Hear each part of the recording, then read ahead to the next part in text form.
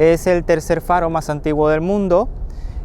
¿Por qué? Porque encontramos el primero en la Torre de Hércules, en La Coruña, España, en Galicia. Luego el segundo encontramos en Italia, la Lanterna, en Génova. Se data en los últimos escritos de Jaime II, donde decía que dejaba a resguardo el faro de Portopí. Originalmente este faro no se encontraba en esta torre que vemos aquí, sino que se encontraba en la parte donde encontramos el castillo de San Carlos, pero se encontraba con varios problemas. ¿Por qué? Al ser construido el castillo de San Carlos en el siglo XVII, en la misma base donde estaba el faro de Portopí, los cañones, ¿vale?, con cada disparo, lo que hacían era romper los cristales, ¿vale? Entonces eso era un gran problema. Cada vez que se acercaba algún navío desconocido, tenían que disparar y acababan rompiendo todos los cristales. A eso se le sumaba otro problema, que era los vándalos de aquel entonces. Solían ser niños y se crea una ley antivandalismo en aquel entonces, que decía, si rompías la linterna y eras menor de 12 años, ¿vale?, el castigo sería pasar un día en la picota. La picota quedaría en aquel entonces en lo que es la plaza de Santa Eulalia, y era más o menos una torre pequeñita, los ataban de pies y manos, y durante un día le daban solamente pan y agua, ¿vale?, si eras menor de 12 años. Si eras mayor de 12 años y era de día, que rompías la linterna, el castigo sería cortarte la mano. Y si era de noche, mayor de 12 años, el castigo sería la horca. A partir del 1613 ya se decide su traslado a esta torre que vemos ahí, ¿vale? ¿Por qué esta torre? Porque en aquel entonces, en el siglo XVII, estas dos torres fueron construidas para proteger lo que era el puerto de Palma, ¿vale? ¿Cómo la protegían? Pues con una cadena que tenía unos 270 metros más o menos de longitud.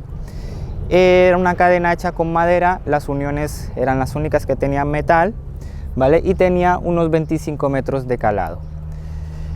Se podía proteger de noche para cerrar el puerto, o en caso de que hubiera algún navío desconocido, ¿vale?, tenían que subirla y así ya no podía entrar nadie.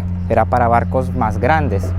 Cuando deciden su traslado a esta torre, se encuentran con otro problema, porque tenían que calcular la altura, ¿vale?, de la linterna para que pudiera sobrepasar la pequeña colina donde tienen el castillo, y todo el destello pudiera sobrepasar la colina para que los navíos que venían de esa zona pudieran verlo.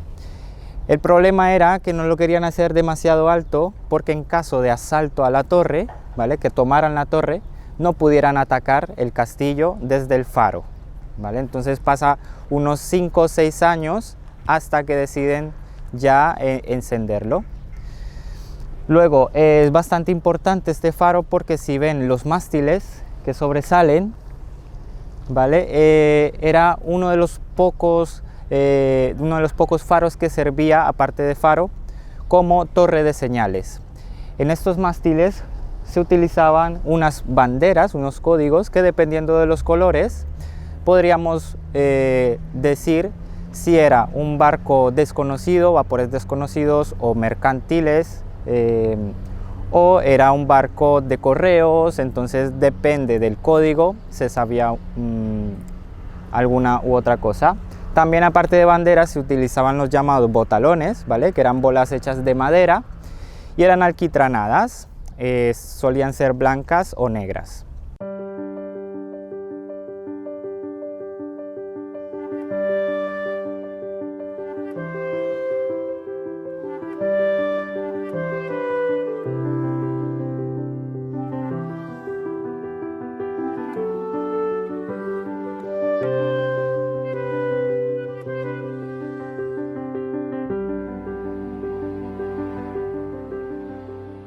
Esta exposición que vemos aquí en el Faro de Puerto Pío hoy en día fue inaugurada en el 2004. 10 años antes se decide todo el traslado de todas las señalizaciones marítimas de lo que es la zona de las Islas Baleares, ¿vale? Y el último director de Puerto de Palma, Rafael Soler Gallá, decide reunir a un grupo de fareros para montar la exposición, y así se puede ver la evolución no solamente de la vida de los fareros, sino de toda la señalización marítima.